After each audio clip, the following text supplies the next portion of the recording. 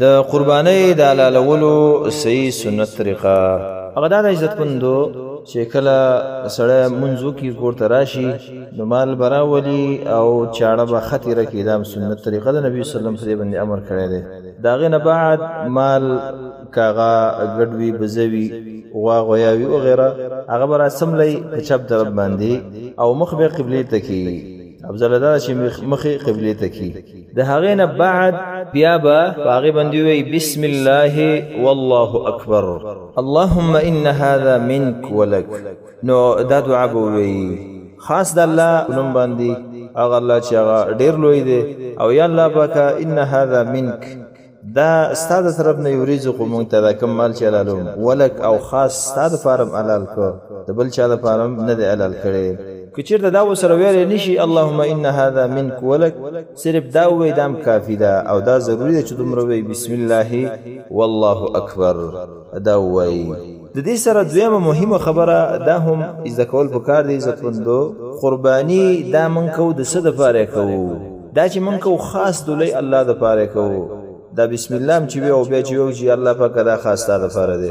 د دې وجې نه ډېر داسې مسلمانان به وي چې هغوی به قرباني وکړي مال به حلال کړی لیکن هیڅ ثواب به ورته نه میلاو شوی. وجه دا چې نیت به پکې بدل کړی نیت به د هغې پکې بدل وي. دا به د دې دپاره کړي چې هلکه سبا له څوک رانه تپوس ونه کړي چې ستا قرباني کړې ده که نه یې ده کړي. یا دا ده چې هلکه ګاونډي مې قرباني کوي زه به یې خامخا کوم ځکه زما بچي ورته حیران نه شي. یا د دې دپاره چې هلکه بس خلک وایي چې قرباني کړې ده.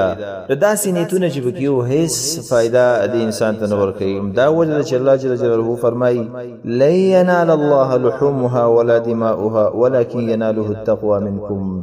اے زما بندگانو وای الله جل جلاله ته الله ته هیڅ د دې مالونو غوښې او وینې نه رسیږي. هیڅ کله هغه په دې باندې څه کوي په غوښو باندې څه کوي دا خو د دې انسانانو دپاره دي. ولکن یناله التقوى منکم الله ته چې رسیږي الله یې قبلوي اخلاص قبلوي. د دې وجې نه عزتمندو ډېر زیات اخلاص کول په دې کې پکار دي.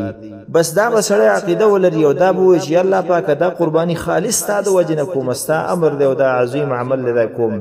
نه د دې د وجې نه چې خلک رانه بیا سبا راته تپوس کوي نه د دې وجې نه چې زما بچي چاته حیران نه شي او نه د دې د وجې نه چې غوښې به دې کې وخورم. دا ټولې مسلې به ترې لرې کړي خالص الله به خپل مخې ته راوړاندې کړي او د هغې د وجې نه به یې وکړي. که دا ونه کړي هېڅ ثواب به ورته نه ورځي حاصل نه شي او دا قرباني به عبث اړه شي. دې سره مختصره درېیمه خبره دا هم مهمه ده هغه دا ده چې قرباني تر څو ورځو پورې سړی کولی شي. نو دا په راجح قول سره څلورمې ورځ پورې کولی شي. یعنې تا یو سړی د دوه قربانیانې کوي درې کوي نو داسې کولی شي یو مال په اوله ورځ حلال کړي بل مال سبا له مال حلالولی شي بل سبا له مال حلالولی شي لا بل سبا له مال حلالولی شي. د اختر ورځې سره څلور ورځې دې ټولو کې سړی قرباني کولی شي. او په دې کې دا هم مهمه خبره ده چې باید ګاونډیان مسکینان په دې کې سړی هېر نه کړي صدقه د هغې نه وکړي او خپله یې وخوري او په نورو باندې وخوري. داسې نه شي ټوله صرف د خپلې خېټې دپاره ذخیره نه کړي. څلورمه مهمه خبره ورسره دا هم واورئ عزتمند هغه د دې د سرمن ده د مال سرمن. نو ډېر احتیاط وکړئ چې د مال سرمن دا څوک چې تاسو له مال حلالوي هغې له په دې کې عوض کې ورنه کوي ځکه دا ټول مال دا قرباني ده دا به شړه چاته ورکوي. همدغه رنګې دا به د خپل ځان دپاره نه خرڅوي چې بچو ته یې ورکړي هغې خرڅ بلکې د خپل ځان لپاره استعمالولی شي په کور کې هر څه لپاره استعمالولی شي یا بل چا له د صدقه ورکولی شي خو دا به خرڅیانه پیسو باندې ځکه داسې مثال لري لکه د خپل قربانۍ غوښه چې خرڅه کړي او نه به د حلالولو په اجرت کې ورکړي. هذا وبالله تعالی التوفیق والله اعلم. لوی الله جل جلاله دې ټول مسلمانانو قربانیانې